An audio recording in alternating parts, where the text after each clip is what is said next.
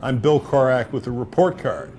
We're here at the University of North Florida, where Newt Gingrich just spoke for the veterans, and we are here with Joel Ahrens of Veterans for a Strong America.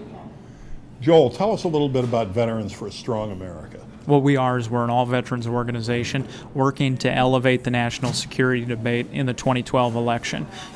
We understand jobs in the economy are the number one issues confronting the next commander-in-chief, the next president. But also, what people need to understand is that when they go to vote in November of 2012, they're also voting for a commander-in-chief. So what we want to do is we want to introduce veterans, citizens, and just other voters to the next potential commander-in-chief.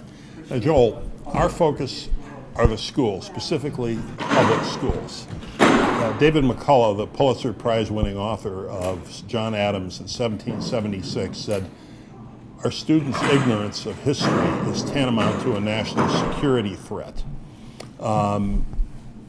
We also know that in the absence of instruction in our history and our ethics, that we have organizations like the Council on Islamic Relations coming in and talking to the schools. What would your stand be on these kinds of organizations in schools? You know what? I'm absolutely opposed to an organization like CARE coming into our schools.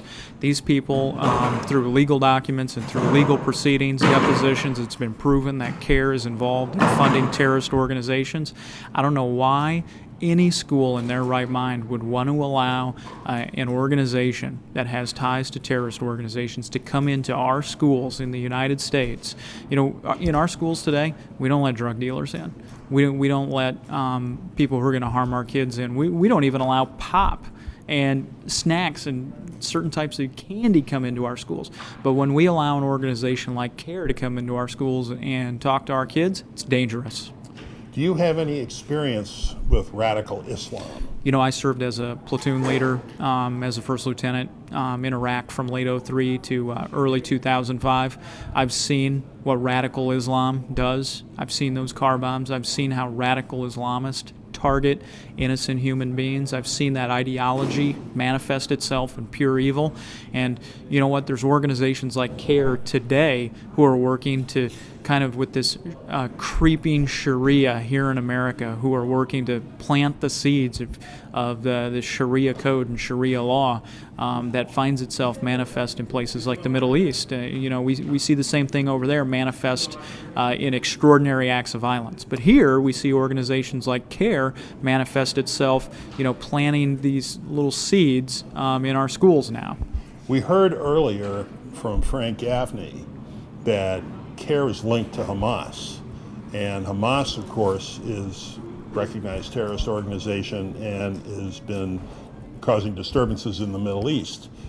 Does it surprise you to know that they're active over here with this cultural assault on our schools? It's not a surprise at all. You know what? And actually, that's the best term for it. They're not going to assault us in the streets like they do in Iraq and Afghanistan, but what they are going to do is they're going to try to infiltrate into our schools, try to get in front of young, impressionable children. And in our public school systems, you're going to find a welcome audience. You're going to find some administrators out there, these politically incorrect teachers and administrators who love to bring these kinds of organizations into the classroom because they think they're being politically correct. But what they don't understand is what we've seen. We've seen it in intelligence reports. We've seen it in filings in federal court. I mean, it is proven that CARE coordinates and does some fundraising for terrorist organizations. We just can't have it in our schools. Now, what steps are you taking specifically, your organization, to focus on this CARE in the schools? What we're concerned about is Sharia in the military. And there's military schools out there as well, Department of Defense schools, and it's a pervasive issue. You know, if it comes up in one area, it's gonna bubble up in another area. And so, while we haven't started on a project in the schools yet, what we are starting to do is work with it in the military. You see it with Major Nadal Hassan and the unwillingness of parts of, commanders in the military to want to deal with these issues when they were presented with them the first time. So we see it there. We see it with how this administration allowed Private Abdu to become a conscientious objector as a result of saying he didn't want to kill other Muslims. Nobody wants to kill anybody, but when you join the military, you join to go and fight America's enemies. So would you say that the same sort of thinking that is allowing these people in the schools, is this now going into the military? Absolutely. CARE is launching a full-out frontal assault on every front they can. It's happening in the military with people like Hassan and Abdu. It's happening with CARE in the schools. And what they're working to do, they can't launch spectacular attacks here like they can in Iraq and Afghanistan, but what they can do is they can start to plant these seeds of cultural doubt in the minds of impressionable people. And so you find impressionable people in the military. It's a large organization. You're going to find them with kids in schools. So, Joel, what would you advise parents and concerned citizens to do who realize that this is a problem but feel like, what can I do? When people understand just how radical CARE is, and I don't mean radical politically, I mean radical in the sense of they're affiliated with Hamas. Hamas supports terrorism. If that was my school, I'd pull my kid out. I would not be going to a school that had CARE coming into my classroom and talking to my children. But you know what? We all understand. You can't just pull your kids out of school. So you've got to go the democratic route. You've got to start talking to the school boards. You've got to start talking to administrators. You got to start doing your homework.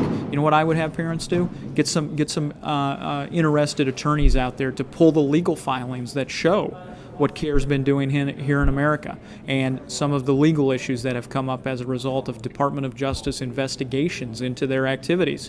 Present that to administrators. Present that to school leaders. Get the truth out there. And then the third thing they need to do is they need to get public about it. Letters to the editor, phone calls, letter writing campaign. Start talking to people. Let them know just how bad of an organization CARE is. Thank you, Joel. Joel Aaron, Veterans Thank you. for a Strong America.